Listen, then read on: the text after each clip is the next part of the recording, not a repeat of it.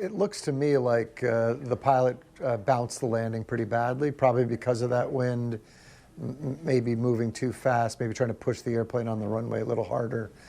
Look, I'm not an accident investigator, but I'm a pilot. I've done some of this stuff myself. If you have crosswind type situations and you bounce an airplane, you can get wings can lift up on you if you don't keep that wing low into the wind, and you can end up in a pretty rough situation. So to me, I think it's pretty clear there's definitely a bounce landing, and it looks like that's what has the airplane sort of flipped over on its back. The wings aren't going to keep it from flipping over, especially with that kind of force. So, how bad?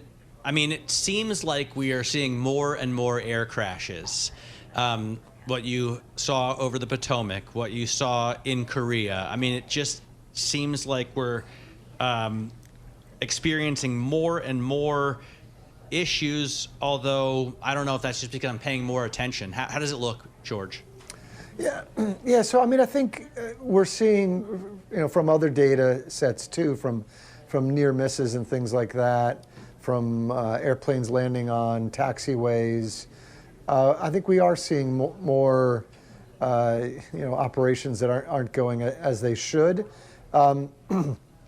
Remember that, so this jet is an Endeavor jet. That's a regional carrier that Delta subcontracts to fly its aircraft.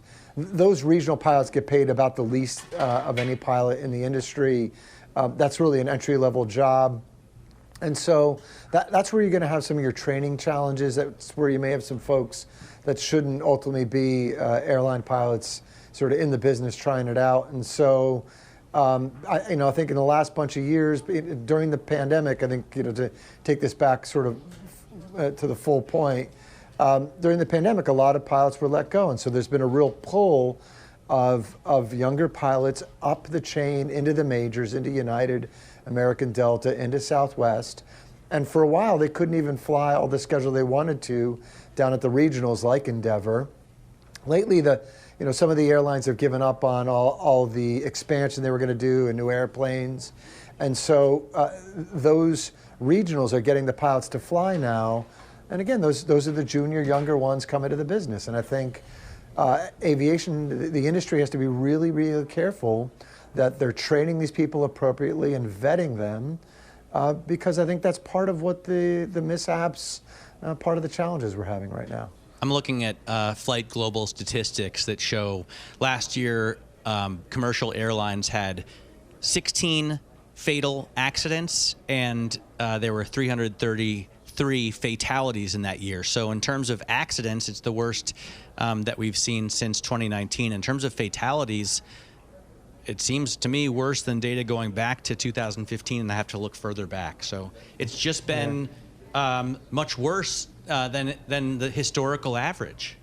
Yeah, like I said, there's a new group of pilots coming through. There's a new group of mechanics coming through since the pandemic, and it's all about training, training safety, training appropriate procedures, and I think we're seeing some of the effect here.